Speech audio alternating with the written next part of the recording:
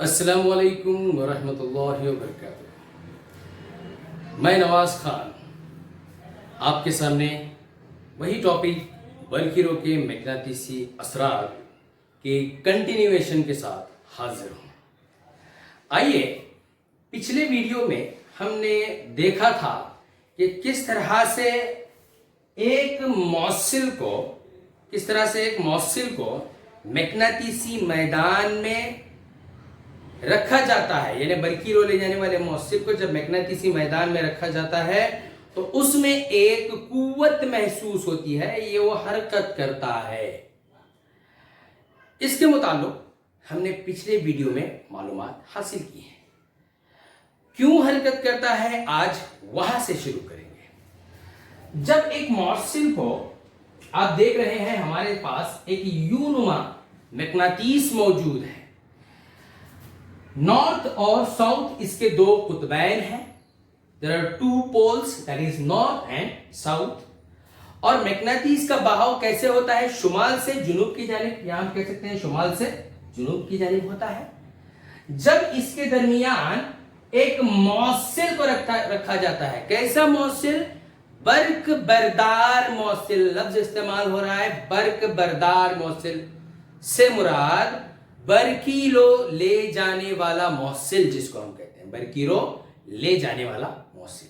जब कोई बरकीरो ले जाने वाला ऐसा मौसिल जिसमें से करंट पास होता है, जब उसको मकनातीस के दरमियान रखा जाता है तो मकनातीसी मैदान और करंट दोनों एक दूसरे पर उमूदन होते हैं। देखिए यहां पर अगर ऐसे बह रहा है बरकीरो तो मकनातीसी मैदान क्या होता है, उस पर उमूदन होता है। मकनातीसी मैदान बरकीरों पर उमूदन होता है।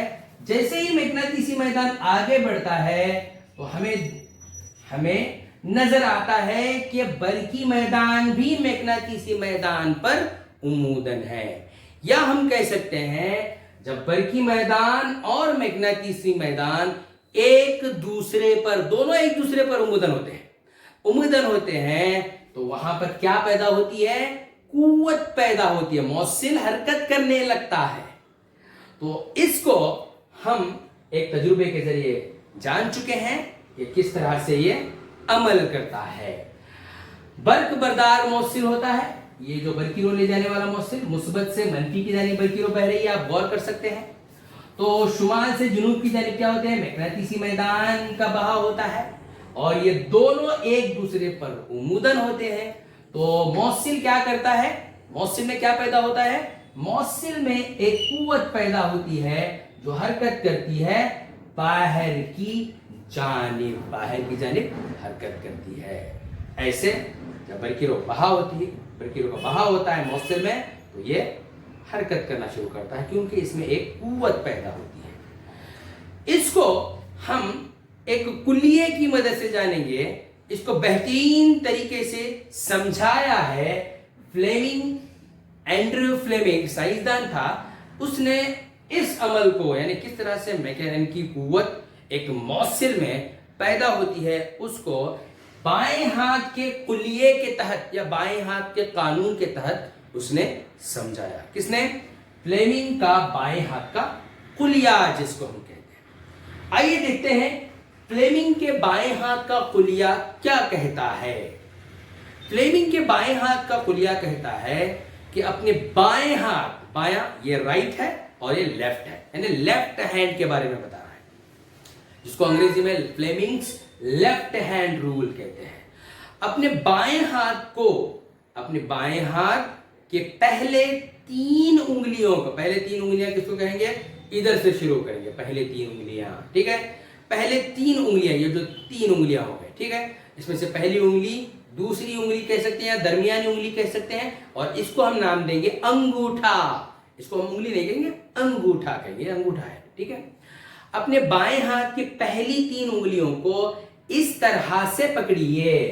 किस तरह से पकड़ने को कह रहा है कि तीनों एक दूसरे पर उमूदन हो।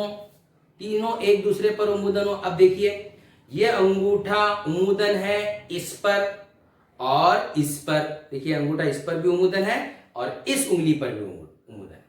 अब ये उंगली उमूदन है दरमियानी उंगली पर पहली उंगली उम्मुदन है और अंगूठे पर भी उम्मुदन। देखिए 90 दर्जे का जाविया बन रहा है कि नहीं, जाविया कायमा बन रहा है, ठीक है।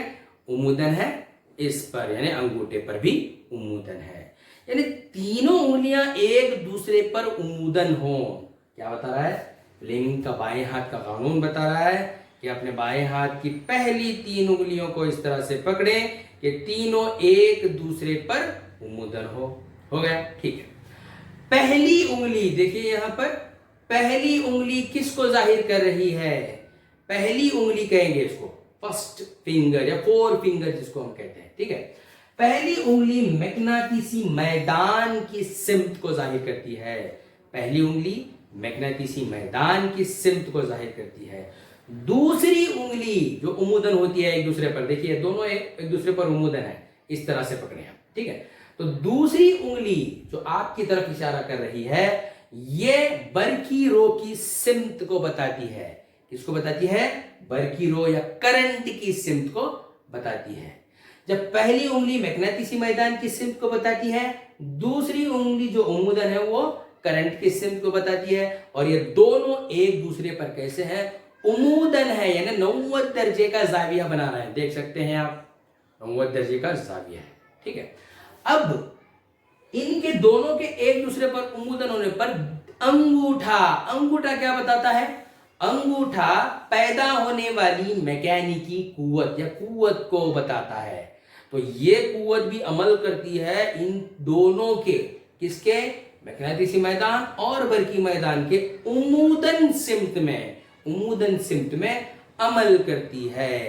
देखिए यहां पर अंगूठा। अब हम यहां पर समझेंगे, ऊपर से नीचे मैग्नेटिसी मैदान आ रहा है तो हम इसको ऐसे पकड़ेंगे, ऐसे पकड़ेंगे, ऊपर से नीचे आ रहा है तो बरकी रो किस डायरेक्शन में, देखिए उधर से मेरी जानिब आ रही है, तो अंगूठा किधर बता रहा है, बाहर की जानिब, यानी मौसिल किस जानिब हरकत करेगा, इधर हरकत करेगा। एक दूसरे पर उम्मुदन है, यहां पर अप्लाई करेंगे, ठीक है।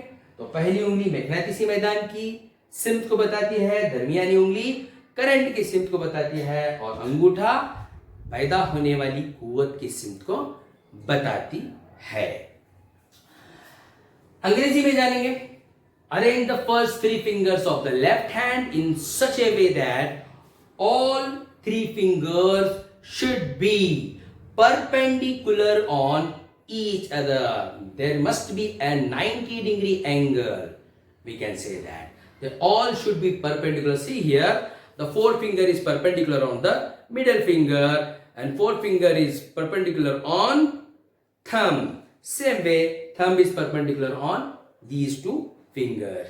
So all 3 fingers must be perpendicular. The 4th finger indicates, 4th finger indicates the direction of magnetic field. Then central finger or middle finger indicate the direction of current. Then the induced force is generated in same perpendicularity direction, that is thumb indicates, we can say that.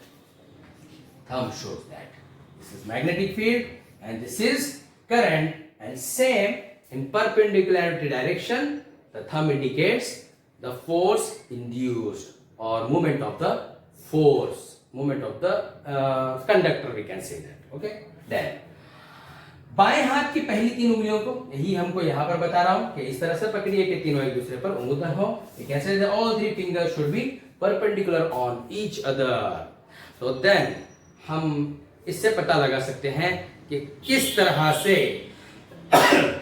से यहां पर जब कोई मौसिल को मैग्नेटिसी मैदान में रखा जाता है तो वो क्यों हरकत करता है, क्योंकि फ्लेमिंग के दाएं हाथ से हमने जाना, अगर ये मैग्नेटिसी मैदान इस तरह से बह रहा है तो करंट किधर आ रहा है, मेरी जानिब आ रहा है, ये दोनों एक दूसरे पर उम्मुदन होते हैं, तो मौसिल किस जानिब हरकत करेगा, अंगूठा, यानी आपकी सिमत को बता रहा है, अंगूठे की जानिब हरकत कर रहा है।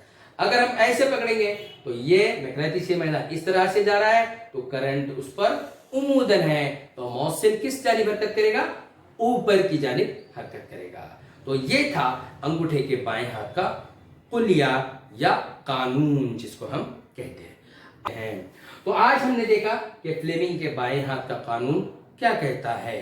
तो सरसरी तौर पर बता दूंगा, अपने बाएं हाथ की पहली 3 उंगलियों को इस तरह से पकड़िए कि तीनों एक दूसरे पर मुदन हो, और पहली उंगली मैग्नेटिसी मैदान की स्ट्रेंथ को जाहिर करती है, दरमियानी उंगली बल्कि रो की स्ट्रेंथ को जाहिर करती है, और अंगूठा पैदा होने वाली कुव्वत की स्ट्रेंथ को जाहिर करता है।